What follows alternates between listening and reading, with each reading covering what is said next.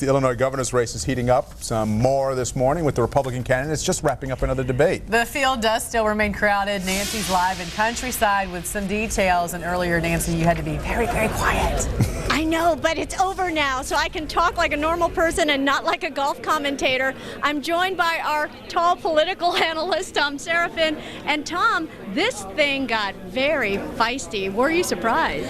I was somewhat surprised. It reminded me of the Green Bay Packers-Arizona football game. They kept going back and forth at each other. I thought it was a remarkable exchange of ideas and thoughts. The Republican Party in Illinois have 6 very good candidates to choose from, and it's very competitive. Anyone could win this race, and that's the reason people are being so vociferous about their candidacies. That's what you saw here today. I really sense that each candidate is trying very hard to be the one that stands out. Right, trying to make the distinction between who you are and who you are not. Andy McKenna, endorsed by the Tribune. Kirk Dillard, the senator from Hinsdale, endorsed by the Sun-Times. Others are trying to jump in on the same race. I thought Dan Proft did a nice job. Bob Schillestrom was right there. Andy Andrzejewski was right there. I mean, Senator Bill Brady was right in there throwing some punches. So, I mean, there's going to be 3 or 4 of these left. I think people are going to be watching. Now, one of the apparent front runner, Jim Ryan, not here.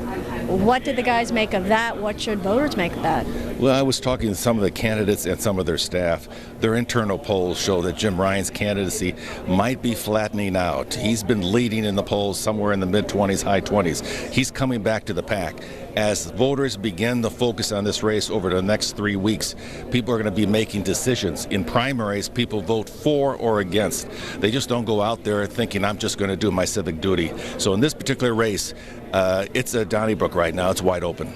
We should point out that we did talk to Jim Ryan's campaign, and there was a previous scheduling conflict, and that was stipulated ahead of this forum. Right. Now, this field is still very crowded. Do you expect it to shrink anytime soon? No, I don't think so. I mean, Bob Schillestrom hasn't been showing up in the polls. However, he showed up today in the debate. He did a very nice job.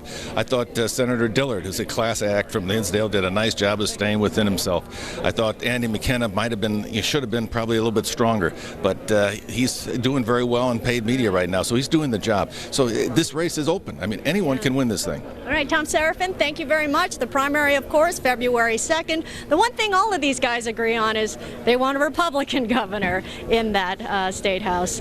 Nancy Liu, live in Countryside. Back to you guys. All right, Nancy, thanks.